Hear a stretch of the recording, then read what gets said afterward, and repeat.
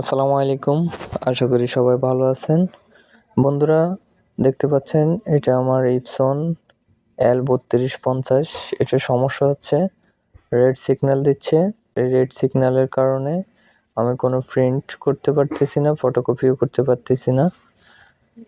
তো আপনারা আমার এই ভিডিওটা সম্পূর্ণ দেখবেন, ইনশাল্লাহ 100% কাজ হবে। আর যদি যান্ত্রিক কোনো সমস্যা থাকে তাহলে আপনার ভালো একজন মেকানিককে দেখাতে হবে।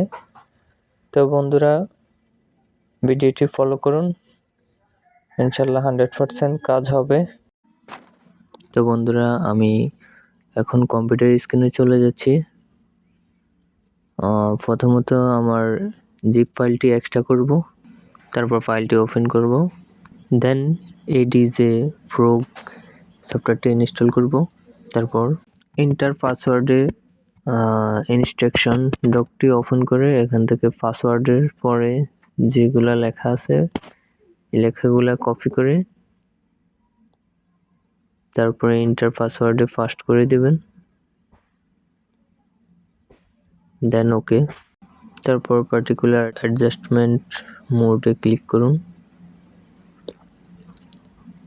এখানে মডেল নেম দিন L3250। তারপর অটো সিলেকশনে ক্লিক করে মডেলটি সিলেক্ট করে দিন, দেন ওকে। দেন আবার পার্টিকুলার অ্যাডজাস্টমেন্ট মোডে ক্লিক করুন, দেন স্ক্রল করুন। তারপর দেখতে পাবেন ওয়েস্টিং পেজ সেন্টারে ক্লিক করুন, দেন টিক চিহ্ন সবগুলো অন করে দিন।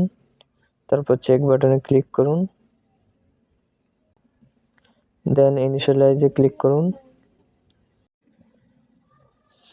দেন আমরা আবার প্রিন্টারে চলে যাব। এখানে প্রিন্টারটি অন আছে, অফ করে আবার অন করব। দেন আবার কম্পিউটারে চলে যাব। এখানে এবার ফিনিশ বাটনে ক্লিক করুন। দেন আবার আমি প্রিন্টারে গিয়ে দেখতে পাচ্ছেন আমার এখানে প্রিন্টারটি রেড সিগন্যালটি চলে গেছে। এখন আর রেড লাইটটি জ্বলতেছে না, প্রিন্টারটি চালু হয়েছে। এখন আমি একটা কপি করে দেখব কপি হয় কিনা।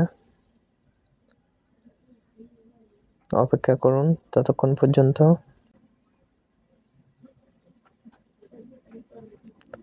দেখতে পাচ্ছেন আমার প্রিন্টারটি ওকে হয়ে গেছে।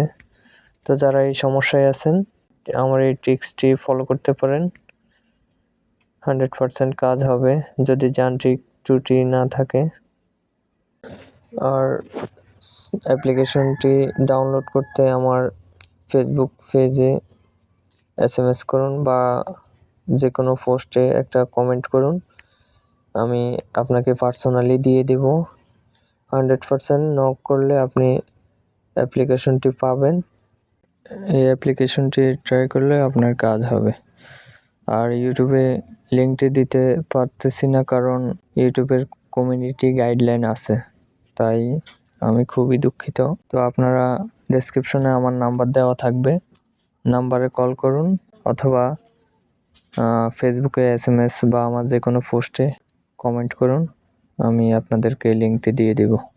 আর ভিডিওটি যদি ভালো লাগে লাইক করুন, কমেন্ট করুন। আর যদি আরও ভালো ভালো ভিডিও পেতে চান তাহলে সাবস্ক্রাইব করে পাশে থাকুন।